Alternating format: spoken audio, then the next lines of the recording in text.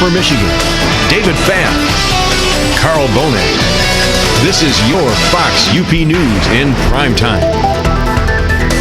A rollover crash in Negaunee Township late this afternoon. One vehicle was involved. It happened just after 4:30 p.m. on Marquette County Road 492, just east of the Negaunee Cemetery. There was one woman trapped inside the vehicle. She suffered injuries and was taken to the hospital. No names or conditions have been released. There's no information on what may have caused the accident. Michigan State Police, Negaunee City Police, and Negaunee Township's Fire Department and Rescue 131 were all on scene. A 23-year-old Gladstone man accused of abusing a 4-year-old boy was in Delta County District Court today. Alan Joseph Burnett is charged with 2 counts of child abuse and a 3rd count of domestic violence, 3rd offense. According to officials, the boy was assaulted by Burnett, who was his mother's live-in boyfriend. The abuse allegedly happened when the boy's mother was at work overnight. A nurse from OSF St. Francis Hospital says she observed very serious bruising on the child when he was brought in. Why did he get you, Lisa?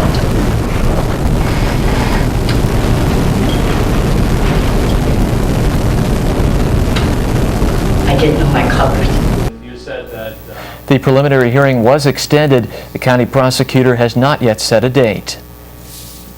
An Ironwood man who pled not guilty to counterfeit charges was in court today.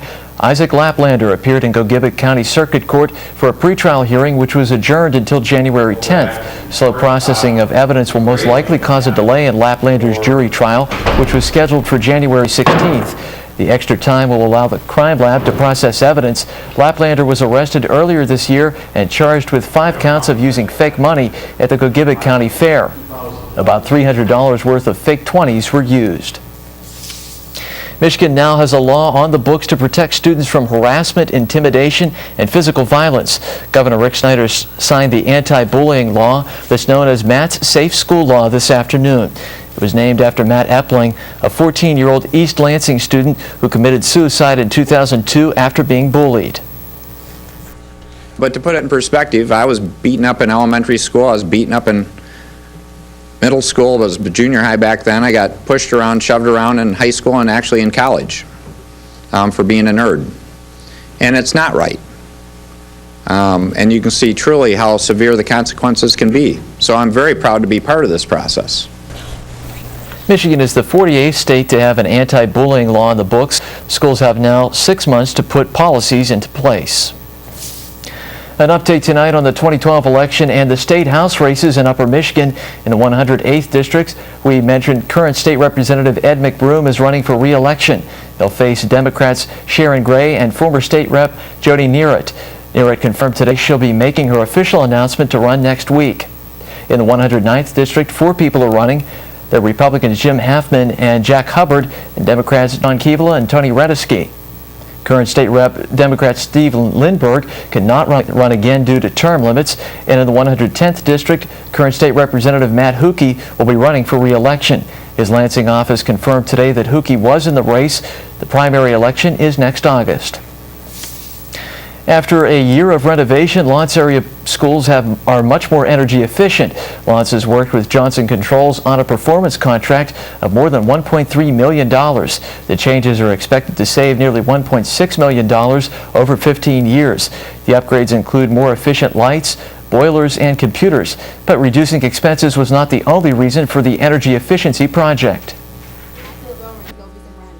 The objectives in entering into this contract were to reduce our carbon footprint, reduce our costs with respect to natural gas and electricity, and also to educate all of us on the efficient use of energy in our school. The Lawrence School District hopes to lead the community by example in energy efficiency. Ever thought about developing a trade or working with contractors? Well, the State Department of Technology, Management and Budget is saying now might be the perfect time. The number of construction-related jobs in Michigan is projected to grow by almost 7% between 2008 and 2018, and contractors are looking for apprentices. Contractors credit 2 things for the rise in need for skilled workers: recent retirements and the rise of grant-funded projects. And after 4 years of training, the possibilities are endless for a hardworking apprentice. I was an apprentice 18 years ago, and now I'm running projects, have been for the last 12 years. Generally, you work for a couple years, and if you are ambitious and you know, are interested in running work, there's the opportunity, you know, pretty much after, I'd say about 6 years. Make no mistake, working a trade is not for everyone. The world of construction is a never-ending roller coaster with ups and downs. Elementary students in Ishpeming got a jump start on their holiday shopping today. Students from pre-kindergarten to 4th grade from Birchview Elementary have been making trips by the busload to a Family Dollar store. The kids are greeted by volunteers who help them find presents for mom and dad.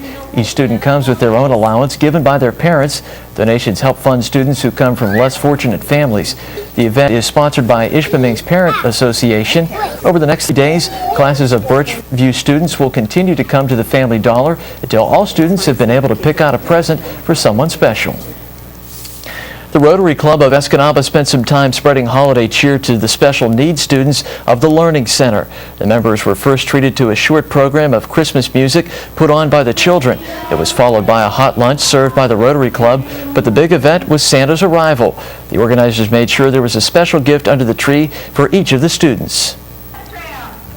It's back to the motto, service above self. We're not just there to sit and have lunch, we're there to serve. And this is one way of serving members of our community that sometimes get overlooked. The students all enjoyed presents picked out especially for them. With Christmas less than a few weeks away, that means many people have already decided to put up decorations. Red and green are the traditional colors that seem to decorate the front of homes celebrating Christmas. But in Lake Linden, there's a house in red, white, and blue theme. That's because its resident is a former Marine who came home on October 30th. Though it may not seem like it, there are over 5,000 lights on this home. The lights chime to the different holiday-themed music playing in the background.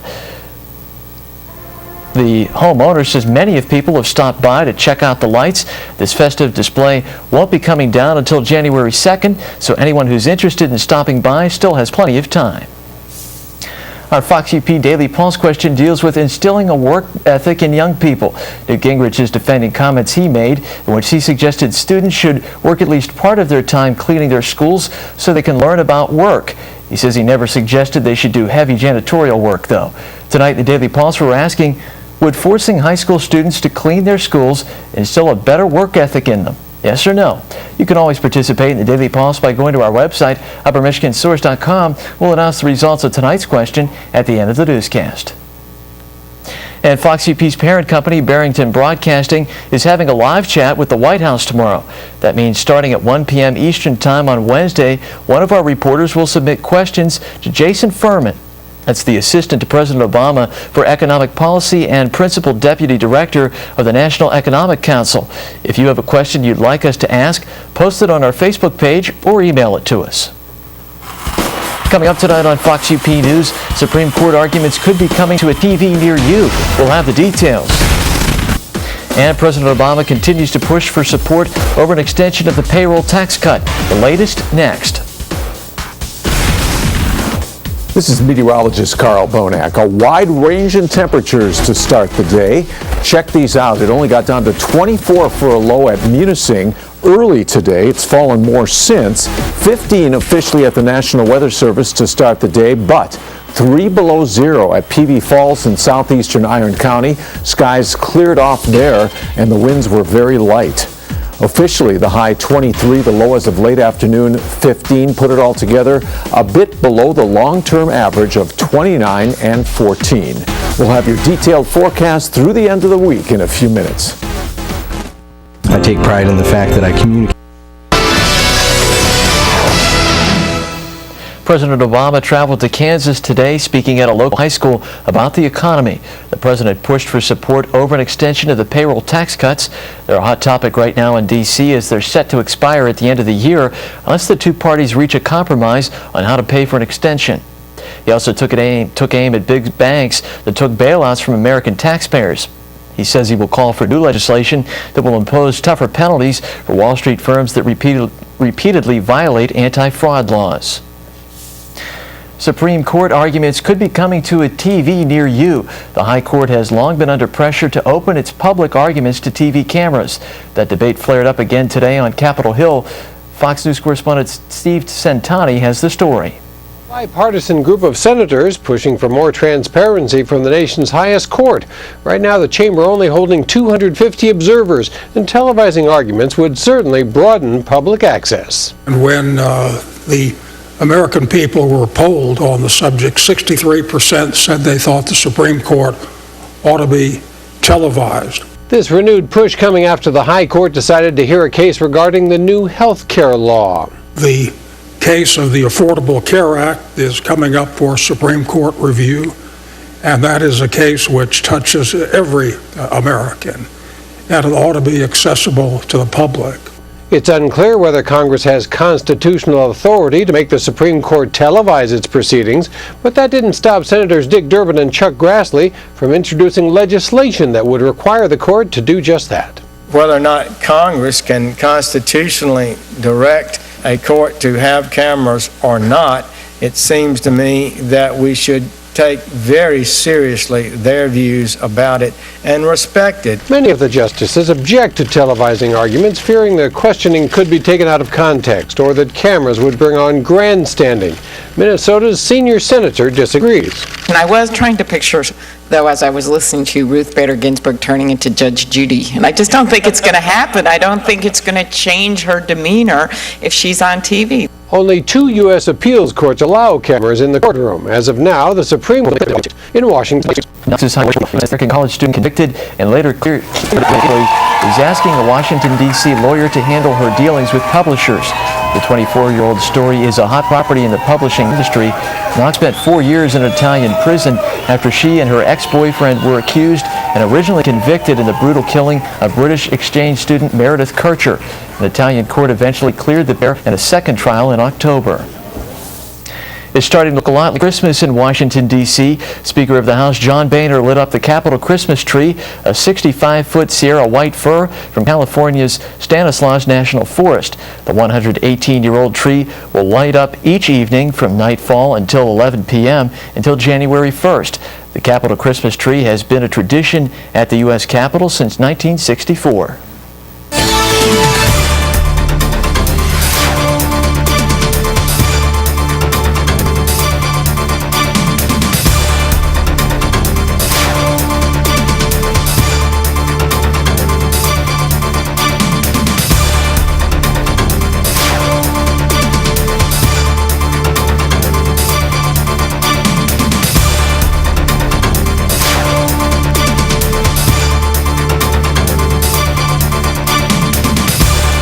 Well, we have a southwesterly flow that's picking up across the UP tonight, trying to bring in some warmer air. However, this cold front is barreling to the southeast, should cut off the warm air at the pass. We'll find out what's behind this front for the rest of the week next. Save big during the Menards last-minute home improvement sale.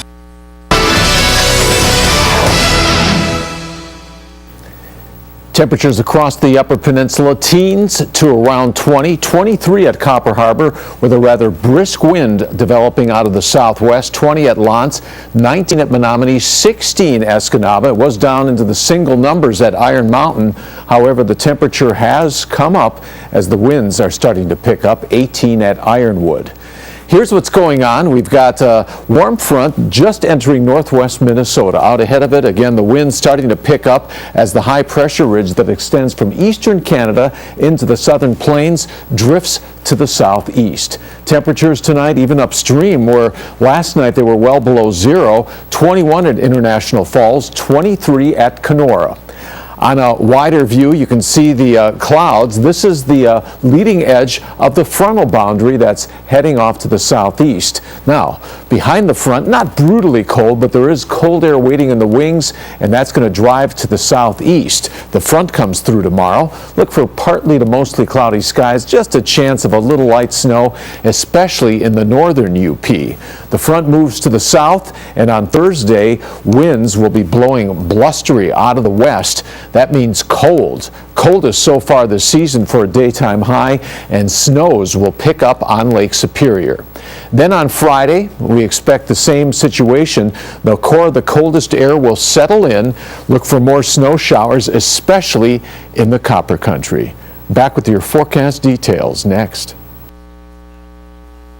No one brings you the Smart Inside. Because of that lake effect snow, a lake effect snow watch has been issued for the west end, from Ontonagon County up through Houghton and Keweenaw County for late Wednesday night right on through Friday. Looks like heavy amounts of snow, and it'll be localized. Some of the heaviest amounts, maybe well over a foot, will fall in the highest elevations of those counties. Farther east, the snow may develop in the far northeastern UP, but that would even be east of Munising, so rather small area getting affected by this snow event coming up. Your forecast overnight, lows will be ranging from around 10 degrees in the south to the 20s near Lake Superior as southwest winds pick up. Then for tomorrow, just a chance of a little light snow or flurries in the north as the cold front comes through. Winds will start out of the southwest, then go west-northwest behind the front, and they'll be rather brisk. Our Fox 5-day forecast, temperatures around 20 on Thursday for a high, and most spots only in the teens for Friday. Look for those lake effect snow showers to wind down, maybe a weak system coming through on Saturday for a little general light snow and flurries, and then we warm up at the end of the weekend. Looks like the bottom line is the Copper Country is going to get snow, but everybody else's things are going to be pretty quiet. Right, with a westerly wind, just a small area of the Upper Peninsula gets affected by lake effect. All right, thank you very much, Carl. Okay. Tonight's Hidden Treasure is a familiar favorite to many in a new location. The Oaks Bar and Restaurant in Gladstone recently experienced a change in ownership, and with it, a new menu. New owners John Beck, Josh Beaver, and his parents have brought with them an all-new Italian menu. So far, owners say the menu changes have been popular. A number of food fans from their former Italian eatery in downtown Escanaba have followed them from their old location to their new one. I used to have another place downtown, and we moved out of there. I had an offer to come up here. We took the offer. And we've had nothing but positive feedback. You know, we have a retirement village right over here, and so far it's been great. Everybody's loved it.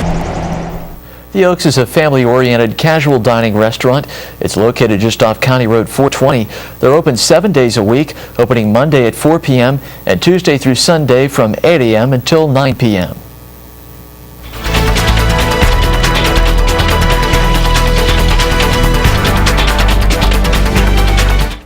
It starts with just one flake and turns into the whiteout of a lifetime. The neighborhood.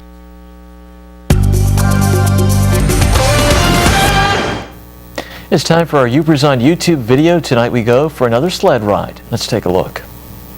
Last night we showed you a sled being pulled by two horses. In tonight's video we get pulled along by a pack of dogs. Things are going pretty smoothly, and then the dogs get a little bit distracted and decide to chase after some turkeys. You'll see it in just a minute there. Remember, we want your videos, so if you have some on your camera or cell phone and would like to see them on our website, or would like to see them on our newscast rather, visit our website, uppermichigansource.com, and upload them to YouperTube. Or from your cell phone, address the message to share@youpertube.com. Our Fox UP Facebook fans wanted to know more about cleaning the snow off your car in the morning. While it may be a daunting task, failing to remove snow may become a legal and safety issue. You are required to have a clear 360-degree line of sight. That means clearing the front windows and mirrors. But it's also a good idea to remember the back window and headlights too. Christine provided snow covered on its back window 2 winters ago. It takes 2 seconds to wipe off all your windows. Mirrors don't see everything. Local stores have several snow removal tools to make the job easier. Don't have it in their car, and they stop in on their way back from wherever to pick it up because they had an incident. Ignoring the law and driving obstructed could result in a civil infraction. Still to come tonight on Fox UP News, the results of our Daily Pulse question. Would forcing high school students to clean their schools instill a better work ethic in them? And in our postcard from the UP, some scenes of Big Bay.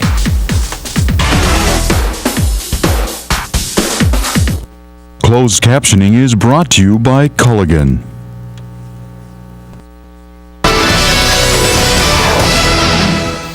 It's time for the results of our Daily Pulse question. Tonight we asked, would forcing high school students to clean their schools instill a better work ethic in them? Here's how you voted. 58% of you said yes, while 42% said no. Elena Tolfelson commented on our Facebook page, yes, maybe they would think twice about throwing trash on school grounds or destroying property. Think of how proud they would be when other visiting schools see how they take care of their school. Lisa Sutunen commented on our website, children are at school to be educated, not to be forced to clean. Learning ethics and properly cleaning up after oneself should be taught at home by parents, not teachers. Leave the cleaning to the janitors. Thanks to everyone who voted and commented tonight. Be sure to vote in our next Daily Pulse question. You can find the Daily Pulse on our website, uppermichigansource.com. Carl, another look at weather? Looks like we'll have temperatures on the cold side of average right through the end of the week. In fact, the coldest air so far this young season coming in for Thursday and especially on Friday. All right. Thank you very much, Carl. In tonight's postcard from the UP, we leave you with some scenes of Big Bay. Thank you so much for watching Fox UP News. Join us again tomorrow night at 10.